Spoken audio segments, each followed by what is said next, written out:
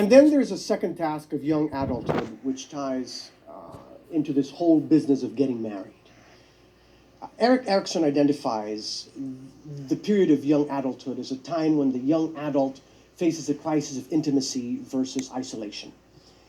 Well, the theory is that in adolescence, the child has developed a healthy ego identity. And of course, in reality, for a variety of reasons. Many people fail to develop this healthy identity in adolescence. But again, ideally, then in young adulthood, this identity is ready and able to be joined with another, traditionally in marriage. This involves the ability to make a commitment to someone in a close, intimate way. Now, according to Erikson, healthy people during this period are able to compromise, to sacrifice, to negotiate, all of which one must do to make a marriage successful. This then, as I said, is the second major developmental task of this period. The ability to adapt to another person in this way will increase intimacy or closeness and connection. If this isn't achieved, the result is isolation, or in other words, a kind of avoiding of being in the world. Other people experience this as self-absorption. And we've seen, for example, someone who is a really accomplished research chemist, but they spend all their time in the lab, and their family is estranged.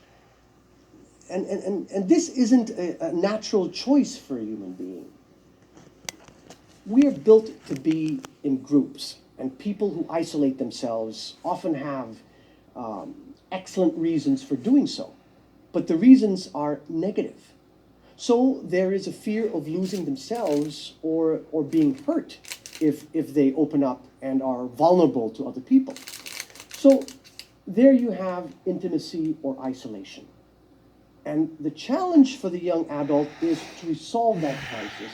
And as I said, success depends on the young adult having developed a solid, healthy identity in adolescence. It's difficult to give yourself to another person in a relationship if you do not have a self to give, if your self is not defined, if it is not solid. And it puts great emotional stress on a relationship when two people are trying to deal with the developmental tasks of marriage, when they haven't yet dealt with the important developmental task involved in just being a separate person. That, ideally, should come first. And that brings me to an interesting point about marriage today. And that is that increasingly, in the West, people who in the past might have felt pressure to marry in their early 20s, right out of college, now tend to stay single for a longer period of time.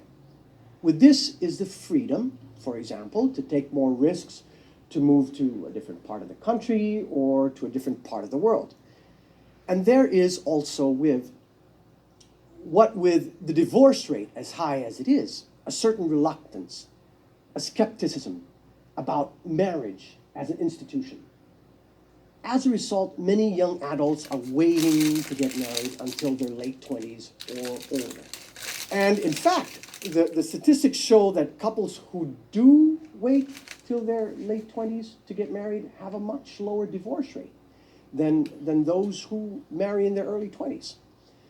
So we've talked about two of the important tasks of young adulthood. The first, separation from parents, which involves renegotiating one's relationship with parents. And the second, solving the crisis of intimacy versus isolation.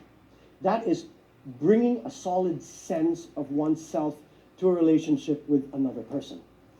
And the degree of success with which the young adult accomplishes these tasks will determine to a great extent their future success and satisfaction in life.